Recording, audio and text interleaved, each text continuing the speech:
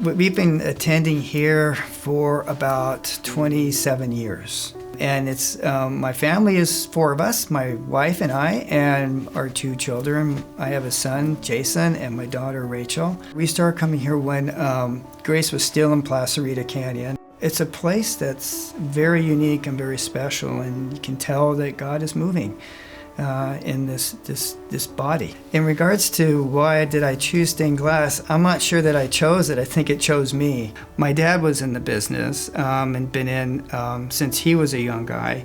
And he was a craftsman trained in England. At the time, he was learning the craft in Canterbury and worked at Canterbury Cathedral, where he got a lot of his training. But because I've been around it for so long as a kid and just walking around and being in his studio all the time, it's like it grew on me and became sort of my life. Pretty much just stayed with it for about 40 years now. It is a process. We would lay out different ideas, and a lot of that would just be inspiration from just looking at different pictures of creation, trees, mountains, space, different things that would remind us of what we're looking at. And the window is meant to be something that, as somebody would perceive it, they would pull something out of it that's unique to them. How dynamic do we want to make the window?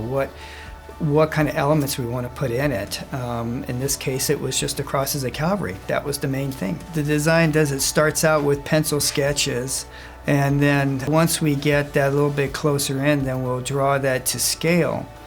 It's a series of steps, and then once we get that, then we start to color it. We'll bring out, and we use watercolor, because the watercolor approach is variable. This is where the hand work is important versus doing it all on computer or CAD.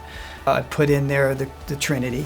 That was one of the intended symbols that I placed in there. That is signified by by Christ's cross, and then the swirl around him, the reddish swirl in different shades of red, is a symbol of the Holy Spirit.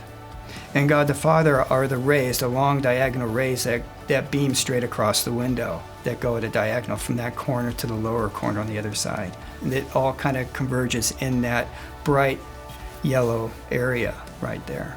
The rest of it is really just an abstract feature that would help fill in the space, but also tell a little bit of a story, however way people would see it.